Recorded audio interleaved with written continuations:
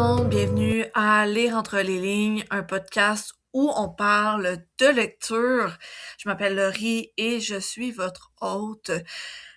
Aujourd'hui, je viens vous parler un peu de la littérature québécoise. Partir au moment où je vais mettre l'épisode en ligne, euh, ben, on va être dans début août.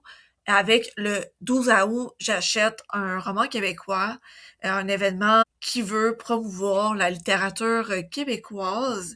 Fait que je me suis dit pour genre l'épisode discussion du mois, euh, ben, que j'allais faire un épisode sur la littérature québécoise, tu sais, pourquoi c'est important de la soutenir, et tout et tout.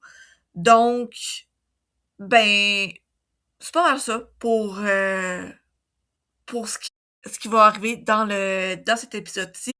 Donc, stay tuned et on y va.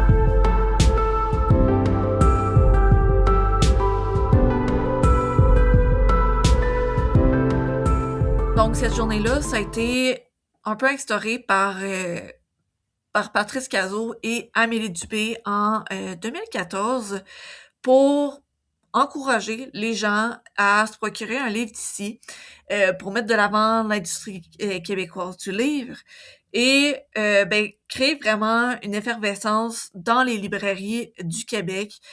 On le voit à chaque année depuis 2014. Il y a vraiment beaucoup de gens qui prennent à cœur cette initiative-là, qui viennent en magasin s'acheter un ou plusieurs livres québécois. Puis, pour les gens qui croient pas vraiment que ce genre de journée-là, ça fonctionne, ben, détrompez-vous parce que vraiment, là, je parle par expérience parce que je travaille en librairie, mais on le voit vraiment que cette journée-là, les ventes de livres québécois explosent. Puis j'ai même trouvé un article de 2025 qui a été publié le 21 août 2025 dans la presse qui relatait justement quelques statistiques et chiffres des ventes de livres québécois dans les librairies indépendantes. Ces chiffres-là, ils ont été recueillis par la Société de gestion de la Banque de titres de la langue française.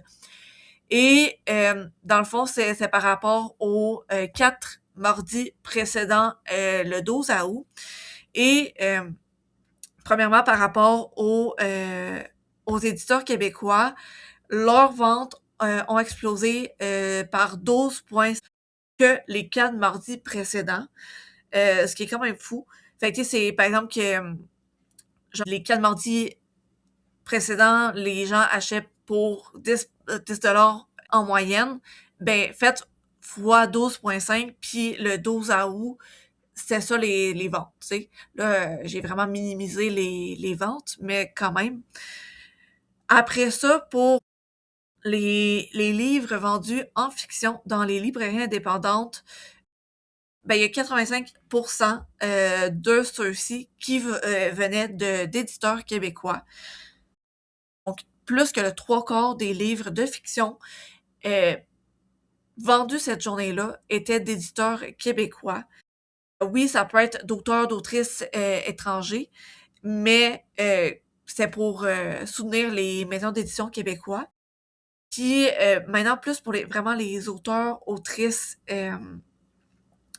québécois, québécoises, ben, les ventes ont été de 18,5 fois supérieures aux 4 semaines précédentes, ce qui est vraiment, mais vraiment fou.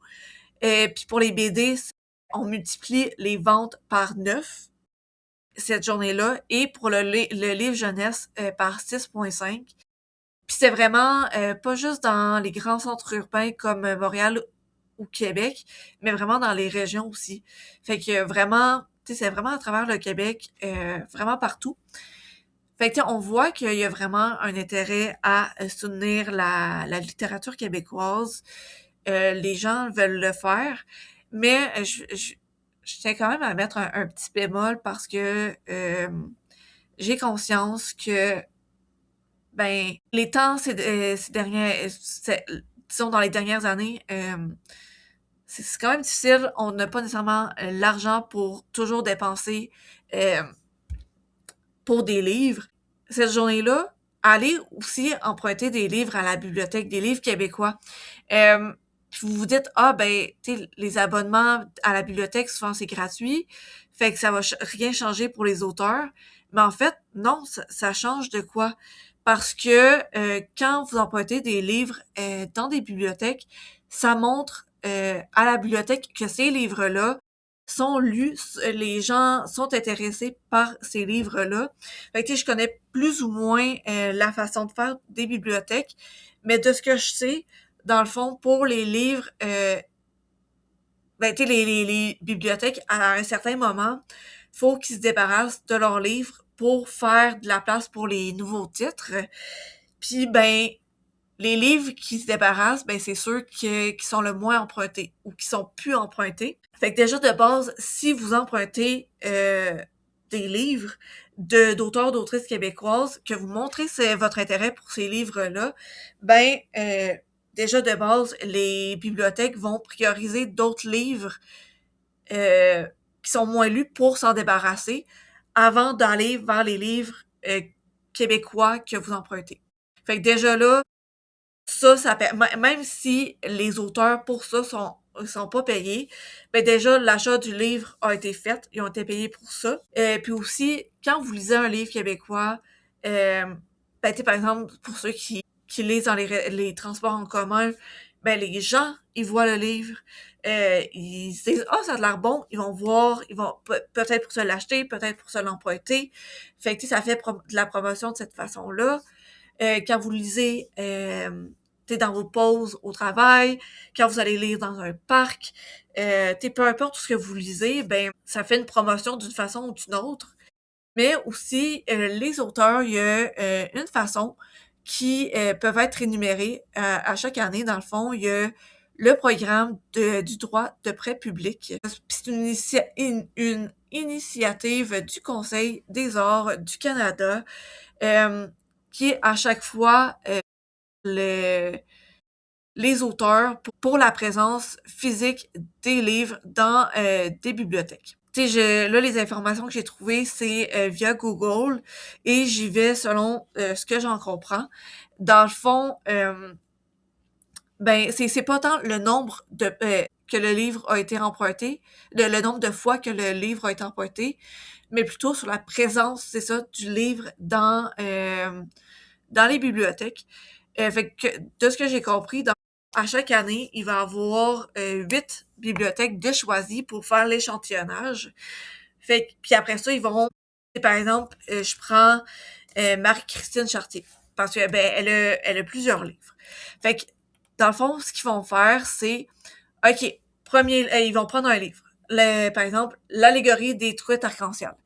Ils vont regarder dans chaque bibliothèque, dans chaque des 8 bibliothèques choisies, dans combien de bibliothèques ils ont il y a des copies de présentes. Puis l'auteur peut recevoir de 50 à 400 dollars par ouvrage quand ils sont présents dans les bibliothèques. Fait que, par exemple, quelqu'un pour l'allégorie des trucs arc-en-ciel, ben s'il est présent dans les 8 bibliothèques, ben il y a des chances que Marie-Christine fasse 400 dollars pour ce livre-là. Versus s'il est juste présent dans 4 des bibliothèques, ben elle va faire moins. Après ça, ils vont prendre un autre de ses livres, par exemple Oasis. Est-ce qu'il est là dans une bibliothèque, dans 2, dans les 8? Puis elle va se faire jusqu'à 400 dollars pour ce livre-là. Puis après ça, ils vont avec un autre livre, Le Garçon d'encre, tout comme Les Tortues, L'éveil des érables, etc. Tous ces livres. Et ils voient est-ce que chacun de ces livres-là sont présents dans les 8 bibliothèques, dans 4 des bibliothèques, dans 2 des bibliothèques. Puis après ça, ben, selon toutes les ramassent tous les chiffres ben, l'argent que Christine Chartier aurait le droit avec le nombre de présences physiques de ses livres dans les bibliothèques et ils lui font un versement de ce montant-là. Puis après ça, c'est comme ça pour tous les auteurs, autrices québécois. Là, j'ai pris Marie-Christine Chanté comme exemple parce que ben, c'est une autrice que j'aime bien et je sais qu'elle a plusieurs livres de publiés. Fait que c'est sûr que genre c'est plus facile de la donner comme exemple, là. Mais tu sais, c'est bon pour tous les auteurs puis les autrices. Puis tu sais, par exemple, ben, tu sais, l'allégorie des trucs arc-en-ciel, c'est de ce que je vois sur Google avec les dates de sortie, c'est son livre le plus vieux, le premier qui a été publié. Fait que c'est sûr que des chances, ben, que des risques que ce livre-là lui rapporte moins d'argent avec le programme de droit de prêt public. Parce que, ben, il est plus vieux, les gens l'ont probablement plus lu, versus, par exemple, Oasis, qui est sorti en 2025, ben, il y a plus de chances qu'il soit présent dans les bibliothèques. Mais comme, t'es déjà juste aller emprunter un livre d'un auteur ou d'une autrice québécoise, ben ça lui permet d'assurer la présence de ses livres dans le réseau de bibliothèques, ce qui lui permet après ça d'avoir plus de chances d'être payé pour la présence de ses livres dans justement le réseau des bibliothèques. Fait que ça peut être une autre façon d'encourager la littérature québécoise. Ça peut pas besoin de juste être d'acheter le livre, mais ça peut être de l'emprunter aussi. Puis, je trouve que c'est une journée qui est importante parce que ben ça permet vraiment d'encourager l'économie locale. Il y a de plus en plus de journées de ce genre-là qui se créent. Euh, parce que je pense que ce mouvement-là de d'encourager l'économie québécoise, là, c'est vraiment mon opinion, là, mais j'ai l'impression que il y a plusieurs mouvements qui se sont bâtis autour du 12 août, j'achète un livre québécois. Ça a vraiment été le premier parmi tant d'autres après ça. Parce que je prends exemple du 12 juin, j'achète un produit québécois. Euh, ben, je pense que c'est quand même plus ou moins récent comme mouvement. Parce que ce mouvement-là vise aussi à encourager l'économie locale euh, en achetant un produit du Québec. Ça a été créé par les Aliments du Québec et les produits du Québec. Euh, c'est autant pour ben justement les aliments du Québec pour les épiceries, les aliments, évidemment, versus les produits du Québec, c'est pour les produits non alimentaires. Euh, Puis le 12 juin, je pense que c'est cette année, c'est peut-être la deuxième édition que ça se faisait. Mais tu sais, c'est encore assez récent. Mais le 12 juin, ben, c'est vraiment pour, j'ai déjà dit, plus pour les produits, plus pour les aliments, mais pour voir vraiment la diversité de ce qu'on peut avoir en fait au Québec. Parce que on a plein de belles entreprises québécoises qui nous proposent vraiment une belle diversité de produits. J'ai conscience que, ben oui, c'est un peu plus cher encourager les entreprises québécoises. Puis c'est peut-être moi qui comprend plus ou moins l'économie, mais il me semble que c'est plus on est plus on est de personnes en fait, à acheter local, à acheter québécois, euh, moins le prix après ça va être cher. Ça va permettre aux entreprises québécoises euh, de gager leur prix de. Fait que, en tout cas, je sais pas si je suis claire, puis je sais pas si j'ai à 100% raison. Mais bref, j'ai l'impression que plus on est à les encourager, plus ça va normaliser ce commerce-là, cette économie-là québécoise. Puis ça va permettre après ça de faire en sorte que ben les produits vont revenir moins chers parce qu'après ça, la marchandise, j'ai pas les termes là, c'est pas vraiment marchandise, mais c'est pas les outils non plus, là. Dans le fond, ce que les ressources, c'est ça le mot que je cherchais. Les ressources que les entreprises vont aller chercher, ben, plus ils ont de moyens de d'aller en acheter, plus ils peuvent aller après ça trouver ce qui revient moins cher pour après ça venir changer leurs prix et nous proposer des prix plus intéressants. Fait que je trouve que c'était c'est intéressant. Puis ben cette année, j'ai participé au 12 juin. J'achète un produit québécois. En fait, j'ai acheté trois produits québécois parce que ben il y a premièrement les bijoux Marotte. J'ai eu un petit bug de cerveau, je m'en excuse là. Mais ça, c'est qu'il y a eu l'émergent, un événement organisé par le quartier Saint-Roch et en même temps la ruelle créative. Bon, c'est pas exactement le 12 juin, mais j'étais le 14 à la ruelle créative.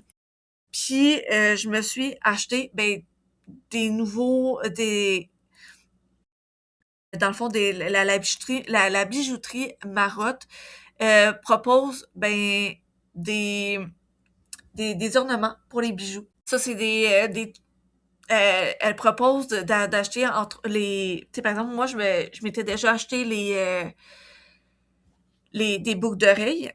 Puis on peut choisir, tu sais, puis il y a vraiment, elle propose vraiment plein d'ornements différents, que ça soit genre plus nourriture, plus des, en fait c'est principalement de la nourriture, fait que des graines de café, des morceaux de fromage, des pancakes, mais tu sais, évidemment c'est pas des vrais aliments là, c'est fait à partir euh, de l'argile polymère. Puis on peut choisir ou non d'acheter des créoles. Moi, il y a une paire que je me suis achetée avec des créoles. Et après ça, j'achetais juste les petites charms. Fait qu'après ça, ben, c'est que les charms, on peut les enlever et les changer.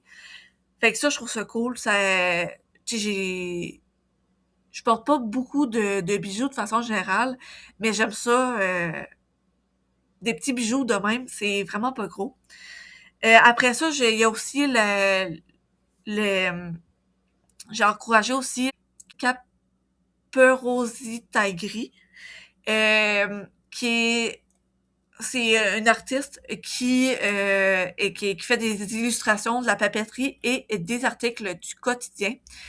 Euh, Moi, ce que j'ai acheté d'elle, c'est un attrape-soleil.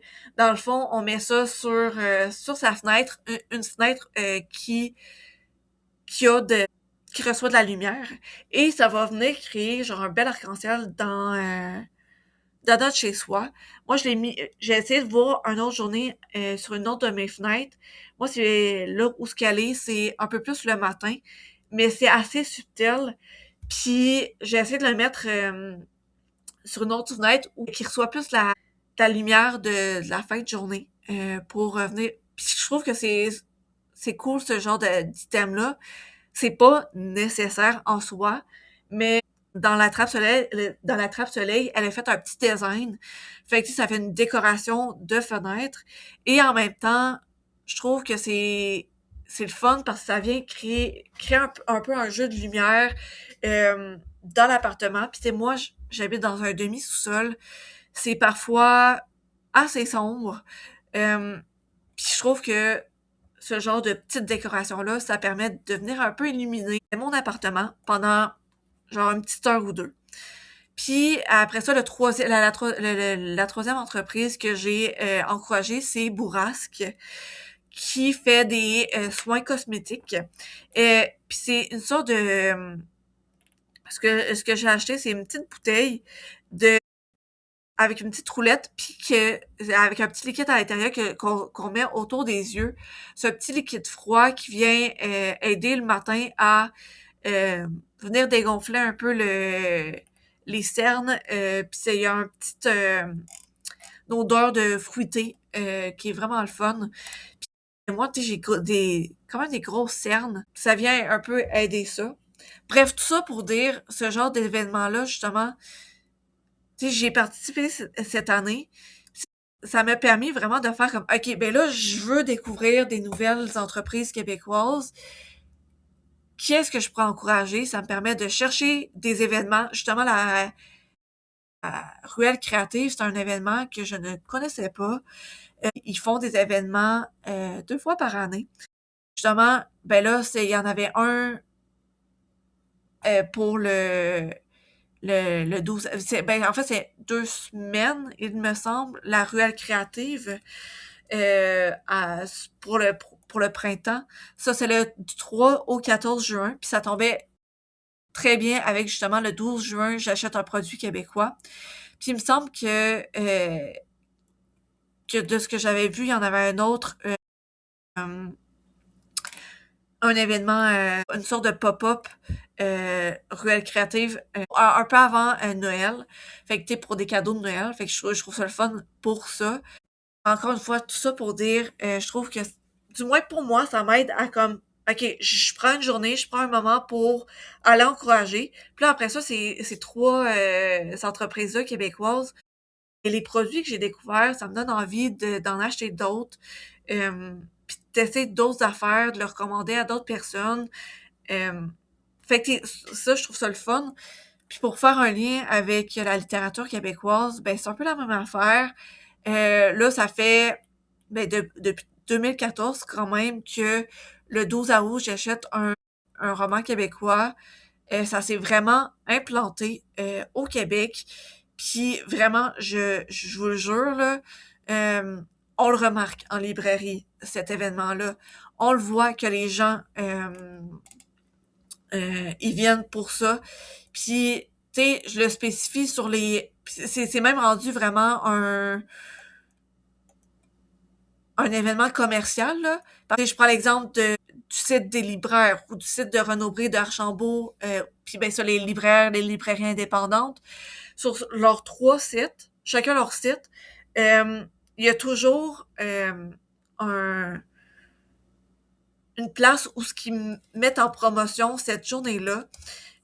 Parce que ben ça les aide. C'est vraiment une façon de. C'est rendu vraiment avantageux pour eux de mettre de l'avant cet événement-là parce que ben ça s'est tellement bien implanté puis c'est vraiment devenu populaire comme journée.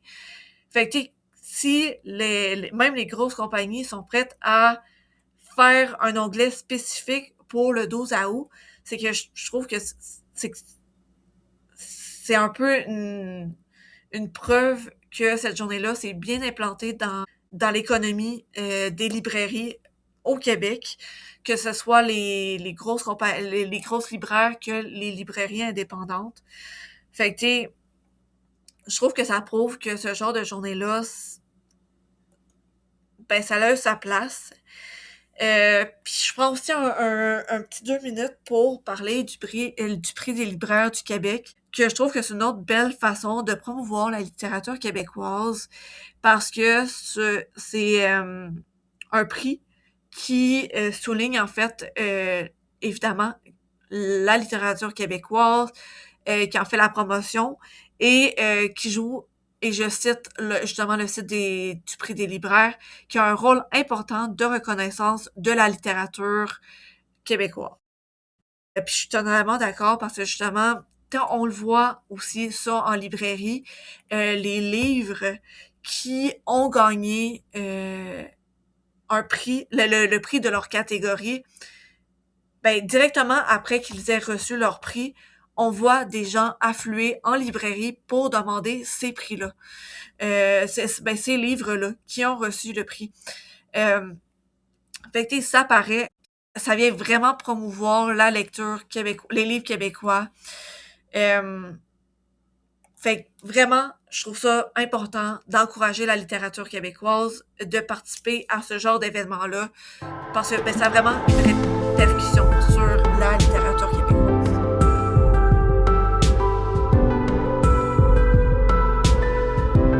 Donc, évidemment, pour un épisode de ce genre-là, il faut que je vous donne des recommandations de livres québécois euh, que je pense qui valent la peine d'être achetés le 12 août, ou ben même à l'année longue, là.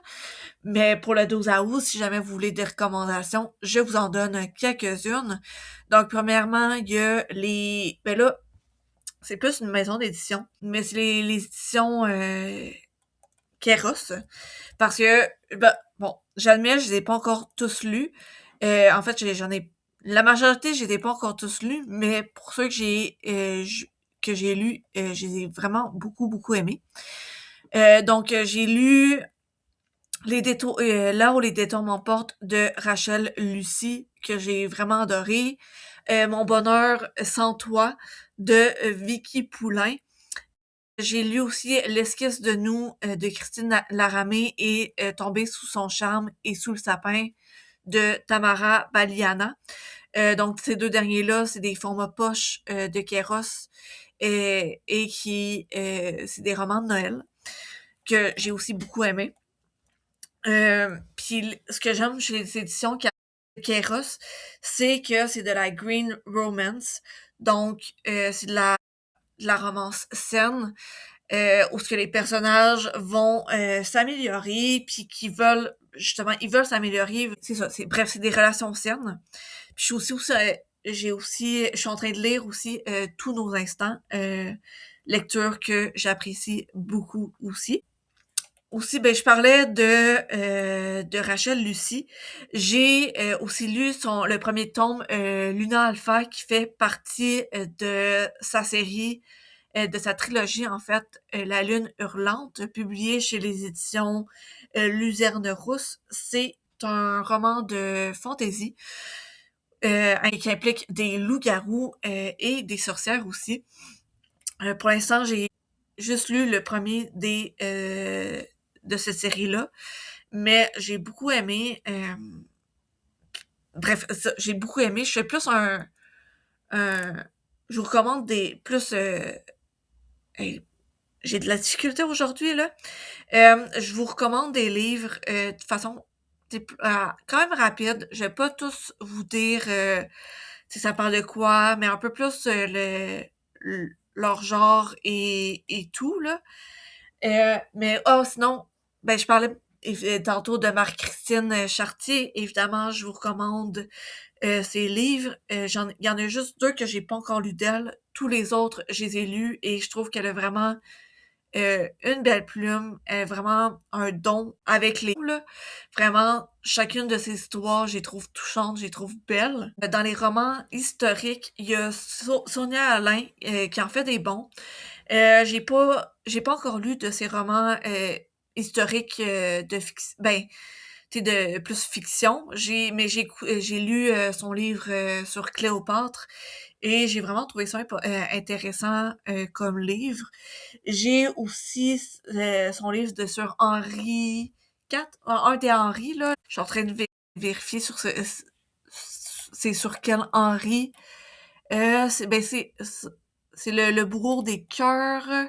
C'est sur...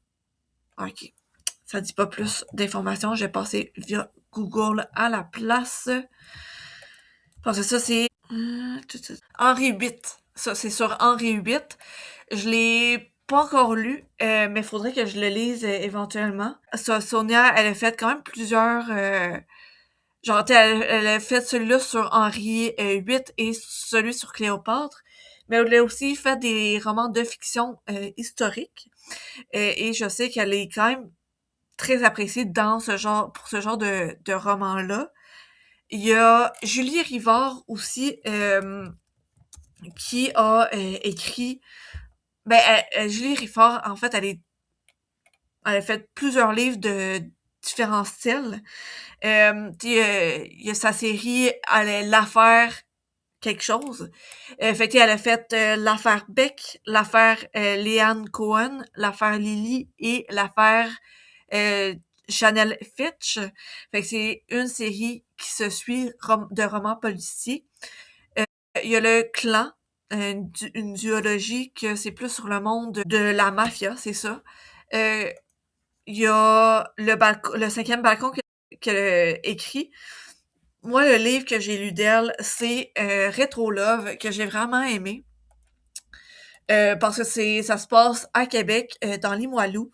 Puis le personnage, en fait, c'est une jeune femme de notre ère qui, en prenant le train, ben, il y a un accident et elle se retrouve comme dans les années 60, il me semble, 60-70, quelque chose du genre. Fait que, tu sais, c'est vraiment le fun. Fait que, tu sais, c'est drôle, c'est le fun. Il y a de la romance dedans aussi. J'essaie de voir en même temps dans ma bibliothèque pour d'autres recommandations. Marie Paquette. Je peux quand même pas passer à côté de Marie Paquet. Euh, J'adore ses livres. J'ai découvert sa plume l'année passée. Euh, Puis j'ai pas été déçue. Pour l'instant, j'ai lu Danser sur le fleuve, L'ironie des contes de fées et le premier tome de Garde rapprochée. Les trois, je les ai adorés. Vraiment, je trouve que ces personnages féminins c'est des personnages forts, qui ont du caractère, mais qui savent être vulnérables. Les personnages masculins aussi, savent être vulnérables, savent dire qu'ils ont eu tort de faire X, Y, Z, que leurs actions ont eu des impacts sur les autres personnages. Fait que tous ces personnages sont vraiment bien construits, puis savent être vulnérables avec les autres personnages. C'est des belles romances qui peuvent nous en apprendre plus sur bien interagir avec les autres. Puis c'est toujours touchant, c'est toujours beau. Fait que vraiment, ces romans, je vous les recommande. Dans les romans jeunesse, moi, il y a Prisca Poirier que je recommande. J'ai lu Le Royaume de Lénacie, du moins les 5 premiers tomes. Je l'avais lu, genre la première édition, quand c'était sorti, quand j'étais au primaire. Et durant la pandémie, il y a 4 autres tomes qui sont sortis, en fait. Ceux-là, je les ai pas encore lus, mais je vous recommande quand même la série. Puis, je vais m'arrêter là pour les recommandations, mais n'hésitez pas à me faire des recommandations aussi pour cette année, pour le 12 août. J'achète un roman québécois.